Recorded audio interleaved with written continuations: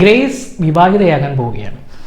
വളരെയേറെ സമ്പന്ന കുടുംബത്തിലുള്ള ഇളയ പയ്യനുമായിട്ടാണ് ഗ്രേസിൻ്റെ വിവാഹം. മാരേജിൻ്റെ ദിവസം തന്നെ ഒരുപാട് നിയമങ്ങളും ഒരുപാട് കുറച്ച് ചടങ്ങിലേക്കൊക്കെ കടക്കേണ്ടതുണ്ട് എന്ന് ഗ്രേസിന് അറിയാം. പക്ഷെ അതെന്താണ് ആ ചടങ്ങ് എന്നുള്ള കാര്യം ഗ്രേസിന് അറിയില്ല. പക്ഷേ എല്ലാ കുടുംബത്തിലുള്ളതുപോലെ തന്നെ എന്തെങ്കിലും ഒരു തറവാട്ടിൽ എന്തെങ്കിലും ഒരു ചെറിയ ചടങ്ങുകളായിരിക്കും, എന്തെങ്കിലും പൂജയോ അല്ലെങ്കിൽ എന്തെങ്കിലും ഒരു പ്രാർത്ഥനയോ ആയിരിക്കുമെന്ന് ഗ്രേസ് വിചാരിക്കുകയാണ്.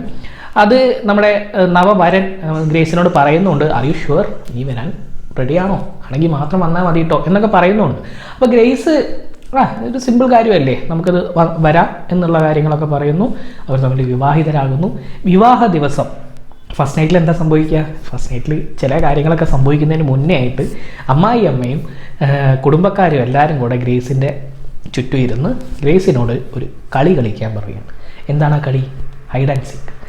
ഗ്രേസ് വിചാരിക്കുന്നു, ഇതാണോ ഇത്രയും സിമ്പിളായിരുന്നോ ചടങ്ങ്, ഓക്കെ നമുക്കൊന്ന് കളി കളിക്കാം അന്ന് വിചാരിച്ചിട്ട് ഗ്രേസ് വലിയൊരു വീട്, പുറത്ത് ഒരുപാട് തോട്ടവും കാര്യങ്ങളൊക്കെ ഉണ്ട്.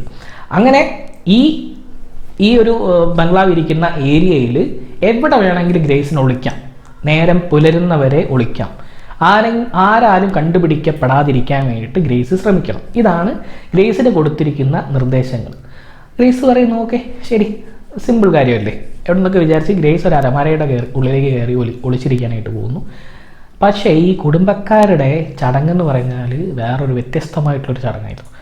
ഈ ഗ്രേസിനെ അതിൽ ചെറിയ കുട്ടിയാണെങ്കിൽ പോലും ആ ഒരു കുടുംബത്തിലുള്ള ഏതൊരാൾ കണ്ടു കഴിഞ്ഞാലും അവൾ ആ സമയം കൊന്നുകളയാം. അതിൽ കത്തിയും വടിവാളും ഗണ്ണും അമ്പ് ചെയ്യുന്ന സാധനങ്ങളൊക്കെ ആയിട്ട് ഈ കുടുംബക്കാരെല്ലാവരും കൂടെ ഗ്രേസിന് വേണ്ടിയിട്ട് ആ തോട്ടവും ആ ബംഗ്ലാവിൽ ഓരോ മുറികളും അരിച്ച് പെറുക്കുകയാണ്, സുഹൃത്തുക്കളെ അരിച്ച് പെറുക്കുകയാണ്. അതൊരു വമ്പൻ സീനാണ്. കാരണം ഗ്രേസിന് അറിയില്ല എന്താണ് തന്നെ ചെയ്യാൻ പോകുന്നതെന്നുള്ള കാര്യം ഗ്രേസിന് അറിയില്ല. പക്ഷേ അവളിതൊരു സിമ്പിൾ കാര്യമായിട്ട് എടുക്കുന്നു. പക്ഷേ കുടുംബക്കാർ ഇതെല്ലാവരും കൂടെ ഇവർ വിചാരിക്കുന്നത് എന്താ വെച്ചാൽ ഇത് എല്ലാവർക്കും ഇല്ല, മറ്റു കുടുംബത്തിൽ നിന്നും ഒരാളെ കല്യാണം കഴിച്ച് കൊണ്ടുവരികയാണെങ്കിൽ മാത്രമേ ഉള്ളൂ ഈ ഒരു നിയമം അവർക്ക് ബാധകമാവുകയുള്ളൂ. ഗ്രേസ് മറ്റൊരു കുടുംബത്തിൽ നിന്നും ആ ഒരു തറവാട്ടിലേക്ക് എത്തിയ ഒരു പെൺകുട്ടി ആയതുകൊണ്ട് തന്നെ ഗ്രേസിൻ്റെ അടുത്ത്, ഗ്രേസ് പാവം പിടിച്ചൊരു പെണ്ണാണ്, പക്ഷെ ഗ്രേസിൻ്റെ ആ ഒരു സ്മാർട്ട്നെസ്സും കുറച്ച് കാര്യങ്ങളും ത്രില്ലിംഗ് ആയിട്ടുള്ള അനുഭവമൊക്കെ പിന്നീടാണ് വരുന്നത്. എന്താണ് തനിക്ക് സംഭവിക്കാൻ പോകുന്നത്, തനിക്ക് സർവൈവ് ചെയ്യണമെങ്കിൽ ഈ കുടുംബക്കാരെ എല്ലാവരെയും റെഡി ആക്കണമെന്നുള്ള കാര്യം ഗ്രേസിന് അപ്പോഴാണ് ഒരു ഘട്ടത്തിലെത്തുമ്പോഴാണ് തോന്നുന്നത്. അത് നിങ്ങൾ സിനിമ കണ്ട് തന്നെ എക്സ്പീരിയൻസ് ചെയ്യുക. ഞാൻ കണ്ടതിന് വെച്ചിട്ട് ഒരുപാട് വയലൻസ് നിറഞ്ഞ ഒരുപാട് സിനിമകൾ ഉണ്ടായിട്ടുണ്ട്. ഞാൻ എപ്പോഴും ഏതൊരാൾക്കും റെക്കമെൻഡ് ചെയ്ത് കൊടുക്കുന്ന ഒരു സിനിമയാണ് റെഡി ഓർ നോട്ട് എന്ന് പറഞ്ഞ ഈ ഒരു സിനിമ. ഇത് നിങ്ങൾ തീർച്ചയായിട്ടും കണ്ടിട്ടില്ലെങ്കിൽ തീർച്ചയായിട്ടും കാണുക. നമ്മുടെ മുന്നത്തെ ചാനലിലെ എപ്പിസോഡിൽ ഞാൻ ഒരു പ്രാവശ്യം പറഞ്ഞൊരു സിനിമയാണ്.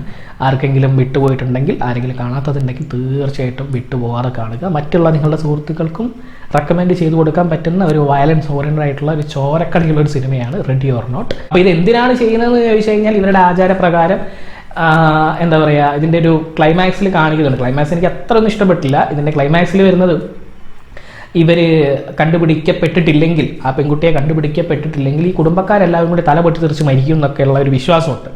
അപ്പോൾ അത് ഇല്ലാതിരിക്കാൻ വേണ്ടിയിട്ടാണ് ഈ കുടുംബക്കാരെല്ലാവരും കൂടെ ഇവളെ വേട്ടയാടി പിടിക്കാനായിട്ട് പോകുന്നത്. അപ്പോൾ അതെന്താണെന്നുള്ളത്, അത് സത്യമാണോ ഇല്ലയോ, അത് വെറും ഒരു കള്ളത്തരമാണോ എന്നുള്ള കാര്യങ്ങളൊക്കെ ക്ലൈമാക്സിലേക്ക് നിങ്ങൾ പ്രേക്ഷകർ കണ്ട് തന്നെ എക്സ്പീരിയൻസ് ചെയ്യുക. അതിൽ വിശ്വസിക്കണോ, അല്ലെങ്കിൽ അങ്ങനത്തെ മിത്തുകളിൽ വിശ്വസിക്കണോ, അല്ലെങ്കിൽ റിയാലിറ്റിയിൽ വിശ്വസിക്കണോ എന്നുള്ളതൊക്കെ നിങ്ങൾ സിനിമ കണ്ടിട്ട് തന്നെ നിങ്ങൾ മനസ്സിലാക്കുക. അതിൻ്റെ അവസാനം ഒരു സിഗരറ്റ് കഴിക്കുന്ന ഒരു സീനുണ്ട്, കിടിലാണ്. അപ്പോൾ നാളെ മറ്റൊരു എപ്പിസോഡിൽ മറ്റൊരു അടിപൊളി സിനിമയായിട്ട് വരാം. ബൈ.